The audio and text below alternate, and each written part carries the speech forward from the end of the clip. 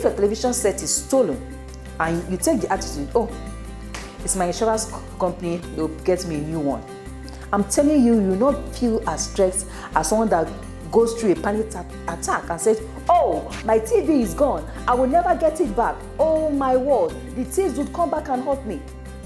You know, such a person is under already serious personal stress. Why the other person just goes, oh, my insurance company will get another one.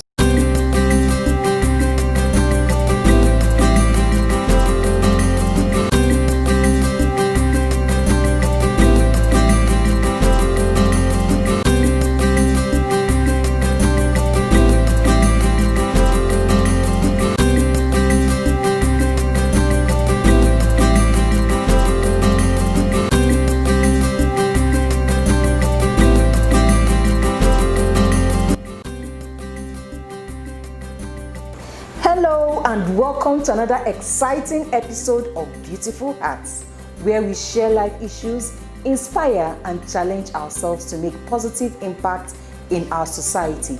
My name is Nneka Annie, and today we'll be discussing the topic, managing your stress. So sit back, relax, pour yourself a glass of something relaxing as we go on this journey and learn how to manage our stress together. If you're just joining us for the first time, you're welcome.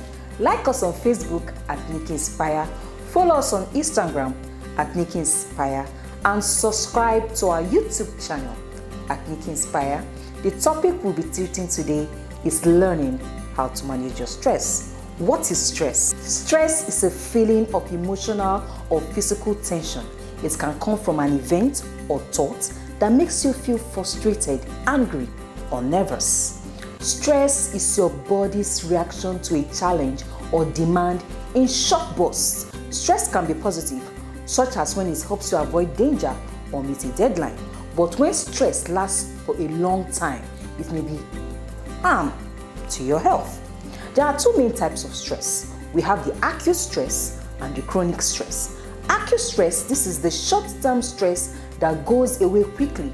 You feel it when you slam on the brakes, have a fight with your partner, or ski down a steep slope.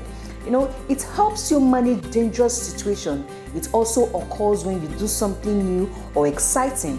All people have acute stress at one time or another. Now, chronic stress. This is stress that lasts for a longer period of time.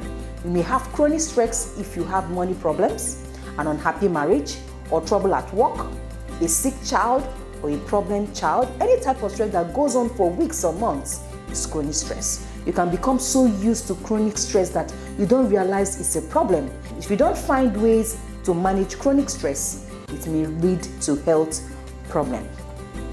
Your body reacts to stress by releasing hormones. These hormones makes your brains more alert, makes your muscles tense and increase your pulse.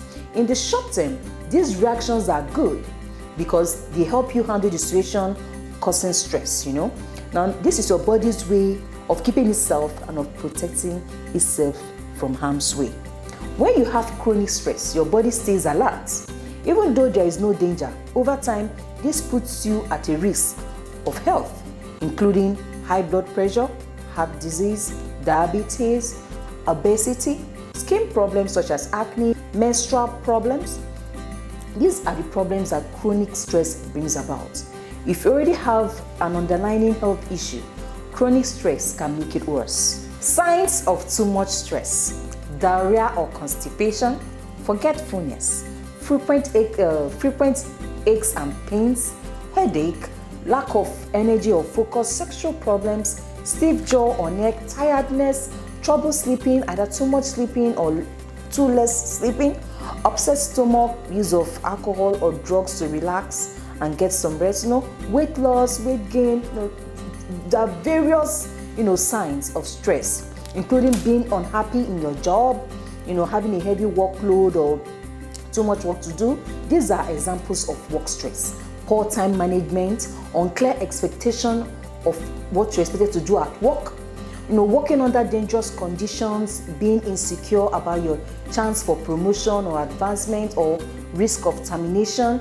All this brings about work stress. When you face discrimination or harassment at work, And especially if your company is not supportive, then you start undergoing some work stress. We also have life stress. Examples of life stress, what brings about life stress? The death of a loved one, divorce, loss of a job, increase in financial obligation, getting married, moving to a new home, chronic illness or injury, caring for a sick elderly person. Example of emotional problems such as anxiety, anger, low self-esteem. Traumatic events such as natural disaster, this coronavirus and pandemic also brings about emotional stress and life stress. Sometimes the stress comes from inside rather than from outside. You can stress yourself just by worrying too much about the things of life. That stress comes from inside. You feel stressed about things you have no control over, such as natural disasters. Fear can also hit closer to home, such as being worried that you won't finish a project or you don't have enough money to pay your bills for the month. Your attitudes and perception towards life issues determine how stressed up you would be or less. For example, if your television set is stolen and you take the attitude, it's my insurance company, they'll get me a new one. I'm telling you, you will not feel as stressed as someone that goes through a panic attack and says, my TV is gone, I will never get it back. Oh my word, the thieves would come back and hurt me. Such a person is under already serious personal stress. Why the other person just goes, my insurance company will get me another one. So how we react to situations in life determines how we manage our stress. Your stress level will differ based on your personality and how you respond to situation. Some people let everything roll off their back. To them, work stress and life stress are just minor bumps in the road. Others really worry themselves sick as a result of this stress that we face every day. Learning how to manage your stress takes practice, but you can and you need to do it, because learning how to manage your stress can save your life. How do you manage our stress? Number one, exercise. Working out regularly is the best way to relax your body and mind. Plus, your exercise will improve your mood. As you're working out, your blood is pumping. Walk up to 2 hours and 30 minutes or moderately intense exercise less than 5 minutes in a week is good for you. Swimming, jogging, other sports that you enjoy, table tennis, whatever. Find yourself what gives you joy, just do it. Focus on setting fitness goals you can meet so you don't easily give up. This will help you to manage your stress. Number two, relax your muscles. When you're stressed, your muscles get tense. You can help loosen them up on your own and refresh your body by stretching, enjoying a massage, taking a hot bath or shower, getting a good night's sleep. This will help you to manage your stress. Number three, deep breathing. Stop and take a deep breath. This can take the pressure off right away. You'll be surprised at how much better you feel once you get good at it. So just take this step. You sit in a comfortable position with your hand on your lap and your feet on the floor. You can lie down, close your eyes. Imagine yourself in a relaxing environment. It can be on a beach, in a garden, if you're just somewhere peaceful, just take your mind to that peaceful place. Do this for 5 to 10 minutes and it will help you to relax. Number four, eat well. Good food is good for you. Eat balanced diet with lots of vegetables and fruits. Don't skip any meal because you end up feeling angry and it's not good for you and can put you in a wrong mood. So eat breakfast, lunch and dinner at the right quantity and you find out that you'll be happy. Number five, slow down. Modern life is so busy and sometimes we just need to slow down and chill out. Look at your life. Find small ways you can do that. You can set your watch 5 to 10 minutes earlier so that you don't run late for appointments and face the road rage driving like a bulldog. Just set your time 5 to 10 minutes earlier so that you leave your home early.